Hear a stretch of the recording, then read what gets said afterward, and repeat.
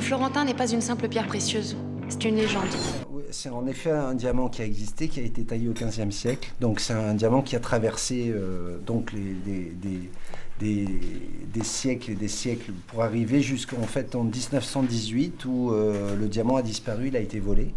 On suppose qu'il a été volé puisqu'il n'est jamais réapparu et donc le postulat du film c'est que ce diamant réapparaît et donc va être exposé par Julia, mis en vente aux enchères par Julia et volé par Simon. Je crois que l'originalité c'est le fait que ce soit un film de casse et pas un film de braquage. Ça n'a absolument rien à voir.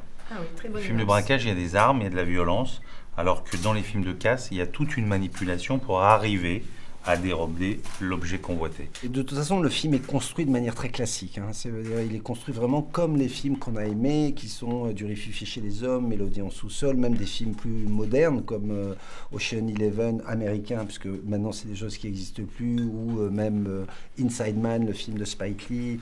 C'est-à-dire qu'il y a vraiment la préparation, le vol et la dernière acte qui est un retournement. Et dans tous les films, dans tous les films de casse, il y a un retournement. Par exemple, là, le film, on se rend compte qu'il y a assez peu de psychologie dans le film. C'est vraiment une mécanique.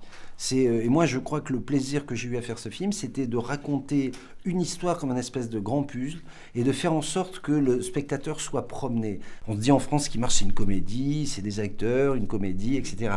Moi, je pense qu'il y a un public pour un autre cinéma, qui est un cinéma sérieux, de distraction, mais qui est aussi de la distraction sérieuse avec des histoires. Je pense qu'il y a un public pour ça. C'est que c'était un film très ludique, de toute façon, même si c'est assez laborieux à faire, un film de casse, parce que parfois c'est des choses...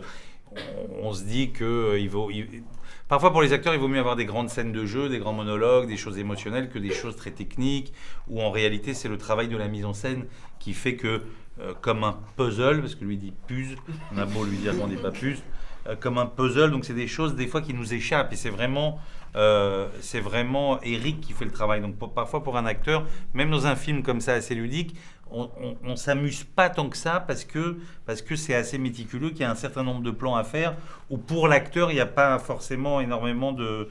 Enfin c'est très laborieux quoi, c'est ça que je veux dire. La difficulté pour un metteur en scène, c'est justement de donner dans ce cadre-là, qui est toujours un peu serré pour les acteurs, le plus de liberté possible. Je comprends pas trop en fait la liberté d'un acteur en fait.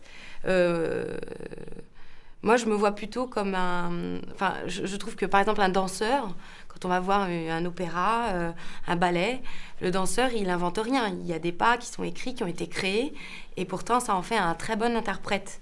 Et donc, il se sent libre dans quelque chose de très écrit, de très dirigé.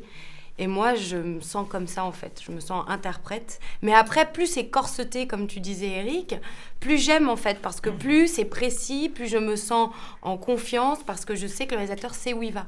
Quand on écrit ce type de film, on est voleur. Et je crois que c'est vraiment le plaisir qu'on a en écrivant ce type de film. Ça veut dire, on se dit, voilà, on se met à la place d'un voleur, on construit un système de sécurité qui est le plus élaboré possible. Et on dit, voilà, comment ce système-là, je vais arriver à trouver une feinte pour l'avoir. Il y a autre chose, Julien. Quelqu'un que tu connais. Cette pierre, c'est une saloperie qui porte malheur.